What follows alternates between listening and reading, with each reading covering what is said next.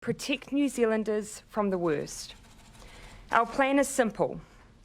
We can stop the spread by staying at home and reducing contact. Now is the time to act. New Zealand is self-isolating, putting in place what the PM calls COVID-19 where we eliminate contact with each other altogether. Short, sharp and brutal lockdown, setting the country now under lockdown for a month. But we ask everyone to stay at home until COVID-19 is back under control.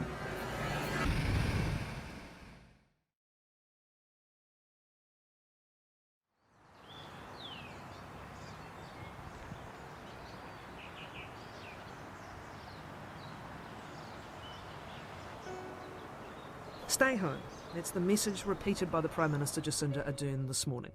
All workers and non-essential businesses are asked to shut up shop today as the country prepares for pandemic lockdown.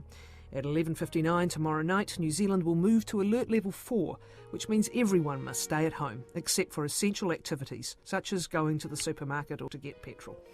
Essential service workers are still allowed to go to work. I'm a producer for the 9 to Noon program hosted by Catherine Ryan.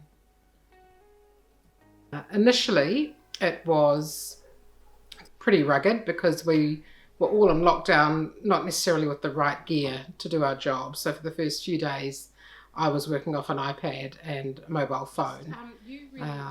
Had no, not logged in properly to the work system. But once I got a work laptop, that all changed. I could use all the systems that we normally use to do our notes and prepare the web page and write the introductions and question lines for each of the interviews on the show.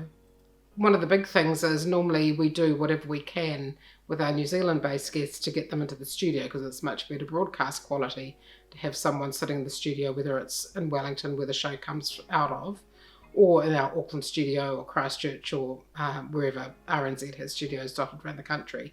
So all our interviews have had to be by Skype, landline or mobile. To you a few days out from the interview and just get a feel for some of the benefit for me. I guess I proved to myself that I could work from anywhere, even if it was a different time zone, or it doesn't have to be in an office in the CBD in Auckland. My job, for the most part, could be done from anywhere.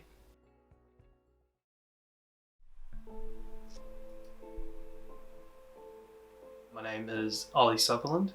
Prior to lockdown, I was working as a regulatory support officer for Auckland Council.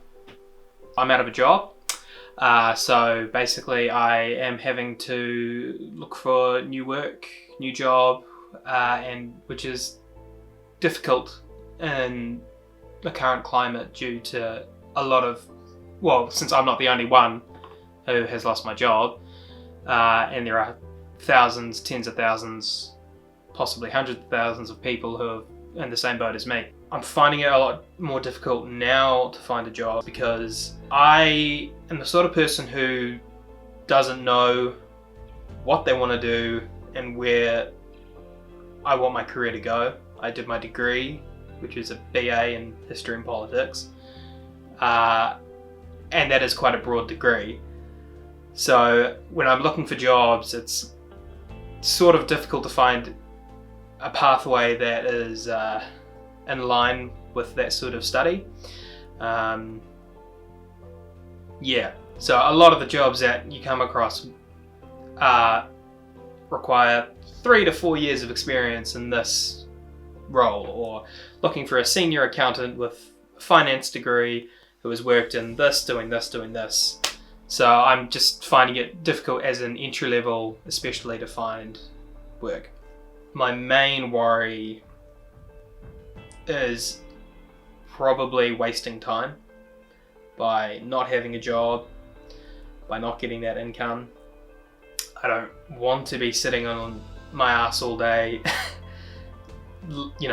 either doing nothing or just continuously looking for job after job after job, and not getting any sort of financial gain. So I would say time wasting is probably my biggest worry. I'm willing to work, I want to work, and I just want to, fill my days with work and yeah. I very much prefer working in the newsroom. Working from home is a bit isolating. You don't have the same buzz, you don't have the same excitement when there's a big story happening. I mean, the big story was still happening, of course, but there's a different buzz and a different feeling when you're in the newsroom when everything's going off, and it was difficult to recapture that on a Zoom meeting.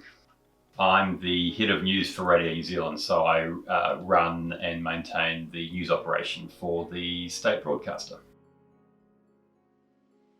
So the first thing I did when I could was went out and bought a very big monitor, because I was finding that relying on the laptop monitor was just doing my head in. It seems like a silly thing, but at work we have 2 big screens per workstation, and of course having to go down to one very small laptop monitor started to just drive me crazy. So the first thing I did when I could was go out and buy a very big, somewhat bigger than I anticipated monitor. But I do not regret that at all. So that was one thing. The other thing that I made sure was that I tried to maintain as much of a closed working environment as I could. So for example, at the end of the day, I would stop working here in the study and then not come back to the study until the next day. I would try to make that basically my office away from home. I think the hardest thing for me was not being able to talk to people. That was probably the most negative thing about the impact of COVID on my job. In a lot of ways I found by the end of the day you got really, really tired as well. And I don't know why that was. I suspect maybe it was just the mental exhaustion from having to be on the phone all the time, be on the email all the time, be on a video conference call all the time, and I think that actually was quite draining. And so you have to work really hard to take little pauses from time to time, get up, walk around, do a little bit of exercise, otherwise you just get so tired. So I think that was probably one of the negative things. I think one of the positive things is that it's proved that we can, if we need to, run a news operation remotely. I mean, most of the reporters working under me were working from home. And if you'd asked me a couple of weeks before the lockdown if we were ever going to get to a point where we could do that, I would have laughed at you. But in a crisis, I guess things happen very quickly, and that's what happened here.